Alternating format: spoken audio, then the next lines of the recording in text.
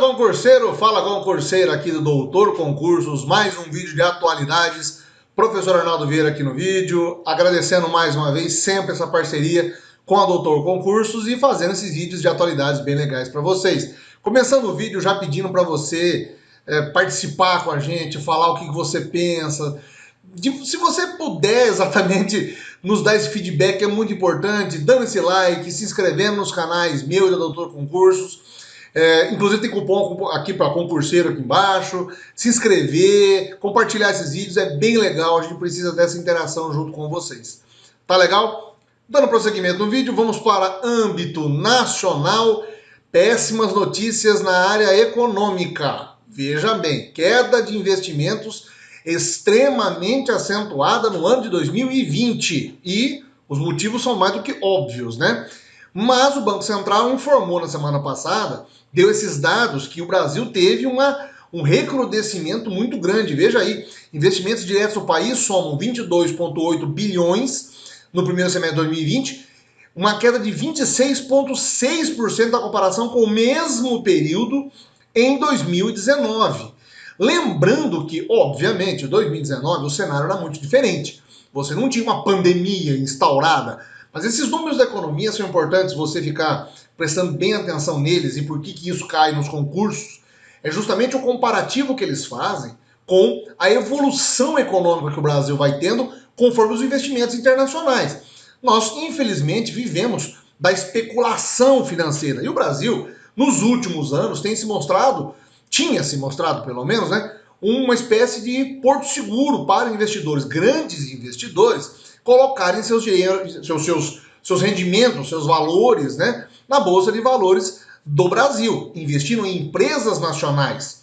O que aconteceu no primeiro semestre de 2020 foi exatamente uma espécie de perda de confiança. Os números são catastróficos, né? Uma perda de 26% na capacidade de investimento internacional aqui é muito ruim. Prejudica as empresas que estão automaticamente ligadas, todas elas, a o comércio bilateral entre países. Você tem a questão da balança comercial que fica, de uma certa forma, meio fragilizada. E interessante, esses números também conflitam com a balança comercial no quesito exportações. O Brasil tem exportado muita coisa, mas ao mesmo tempo os investimentos em empresas que cuidam de algumas áreas, alguns setores da economia, viu os seus dividendos sendo retirados. E quais são os motivos alegados? Segundo o Banco Central, as três principais causas, né, seria uma espécie de instabilidade política, e o Brasil vem com essa instabilidade política, não só de agora, mas desde 2014, com várias ações, né, um pouco tanto quanto desordenadas nas áreas econômicas e políticas em geral de todo o território nacional. Depois, a preocupação com a situação fiscal. O Brasil, desde 97, possui a Lei de Responsabilidade Fiscal, que garantia uma espécie de idoneidade dos governos municipal, estadual e federal na questão do controle dos gastos públicos. E, principalmente, em 2017, o Brasil faz a aprovação do teto de gastos. Mas, de acordo com as últimas informações, o Ministério da Fazenda atual tem trabalhado com alguma informação que poderia supor furar o teto de gastos, né? O que foi desmentido pela presidência. A terceira causa seria essa questão da governança ambiental, que já pelo segundo ano consecutivo traz muitos problemas na imagem internacional lá fora e principalmente os problemas internos. Não somente na questão do aquecimento global como um todo, mas principalmente nas queimadas na Amazônia, como o ano passado aconteceram e como este ano, além de estar acontecendo na Amazônia, estão acontecendo no Pantanal. E é este o segundo motivo da semana passada, o fogo descontrolado em regiões do Pantanal. A gente já falou isso há 2 semanas atrás. Continuam os incêndios em várias áreas do Pantanal. É uma tragédia sem precedentes, um bioma todo está sendo atacado e principalmente com o lançamento das informações, inclusive do IBGE, também na semana passada, de que o Brasil perdeu 8,34% de sua vegetação natural em 18 anos. Isso seria automaticamente, isso afetou todos os biomas existentes no território nacional. Amazônia, Cerrado, Caatinga, Pampa e principalmente agora, recentemente, o Pantanal. As áreas são como se fosse 10 vezes toda a extensão do estado do Rio de Janeiro. São números assustadores que provavelmente vão ser cobrados de vocês através de textos que depois deles vocês vão produzir as redações, ou aquelas questões de análise de gráfico, de quanto foi o maior número de queimadas no ano, qual foi a maior incidência de fator humano ou fator ambiental em cima daquele tipo de problema geral que está acontecendo. As informações dão conta de que a Amazônia teve, né, nesses últimos 18 anos, né, desde o ano 2000 até 2018, que foi feita a pesquisa, perdeu 274 mil quilômetros quadrados da sua área. Já o Cerrado seria 153 mil quilômetros quadrados. É algo muito grande. E o Pantanal, somente agora, 2020, agosto e setembro, veja, é 10 vezes maior do que a perdida entre 2000 e 2018. Só em 2020, 23 mil quilômetros foram incendiados. Em grande parte, a pesquisa ampliou depois os seus dados e foi pesquisar no que essas áreas que foram queimadas se transformaram. Infelizmente, pastagens, áreas de pastagem, florestas inteiras derrubadas, queimadas, para se transformar em pastagens através de fazendas para a criação de gado de corte de leite. É claro que a Polícia Federal também, na semana passada, anunciou ter feito várias operações aéreas para tentar encontrar o foco. O foco, principalmente o Pantanal, teria surgido em 5 fazendas originalmente. Um dos fazendeiros, inclusive, teria dito que ele também está sendo vítima de tudo aquilo. Enfim, são informações que isso não vem ao caso, mas vem ao caso você estudar e acompanhar essas informações, porque é muito triste. Pelo segundo ano consecutivo, nessa mesma época e até um pouco antes, no ano passado, foi logo no começo, foi entre mês de maio e junho que a coisa começou a piorar. Esse ano, por conta da estiagem muito forte, essas informações têm vindo à tona e têm ganhado noticiário. São importantíssimas informações que você precisa saber, você precisa estar sabendo para os próximos concursos que virão, tá legal? Âmbito internacional agora, semana passada, aliás, eu até tinha colocado um videozinho que seria para ilustrar mais ou menos a tristeza da região, né? Quase que a gente não tem muito o que comentar, né? O Pantanal é um retrato da destruição do fogo por conta disso, enfim, é algo... 2 milhões de hectares foram destruídos no Pantanal. Além do desastre ambiental como um todo, da questão da fumaça que gera e a poluição, etc., tem a questão dos seres, dos animais que estão ali e que dependem uns dos outros para manter toda a questão do bioma em si. Uma outra preocupação que acontece no Pantanal recentemente também, só para a gente encerrar o assunto, é o fogo que às vezes ele é extinguido na parte superficial, mas as raízes vão incendiando e ele retoma em vários locais, depois do que já foi controlado. Então, é algo muito ruim, é algo muito péssimo, algo extremamente prejudicial para todos nós, para a nossa saúde e para o bioma Pantanal como um todo. Bom, vamos avançar. Âmbito internacional, a ONU comemorou na semana passada, fez a semana passada, a sua Assembleia Geral e fez a comemoração, se é possível, né, de 75 anos da existência da entidade.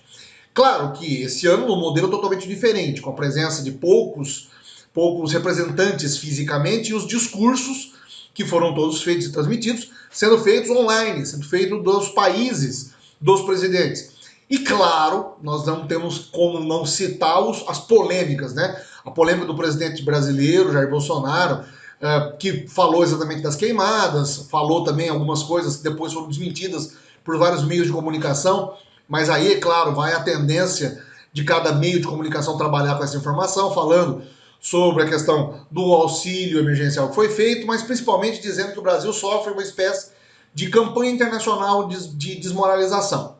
Depois, o embate entre Donald Trump e o Xi Jinping, que é o presidente norte-americano e automaticamente o presidente chinês. A luta ideológica que está se colocando, inclusive uma das frases que marcou bem o Xi Jinping, que ele não está disposto a uma guerra nem fria nem quente contra ninguém.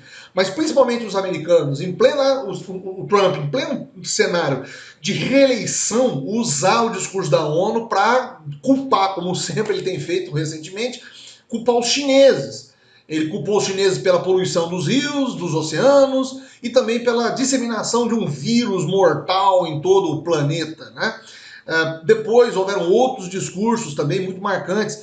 O discurso do Vladimir Putin, que coloca à disposição dos funcionários da ONU a vacina, a Sputnik V, para que os funcionários da ONU sejam vacinados e todos eles tenham a possibilidade de não ter a Covid-19, enfim. A ONU, de uma maneira ou de outra, acaba tendo a sua importância, mas ela vem sendo combatida ideologicamente por várias dessas tendências, ou de esquerda ou de direita, durante os últimos anos. O Trump, especificamente, critica muito a OMS, que é um dos órgãos ligados, especificamente, à ONU. E critica principalmente a China com a OMS, dizendo que a China é que manda na OMS, etc, etc. Então, você vê um cenário um pouco politizado das questões da ONU e menos preocupado com realmente encontrar uma espécie de união entre os países para resolver os problemas.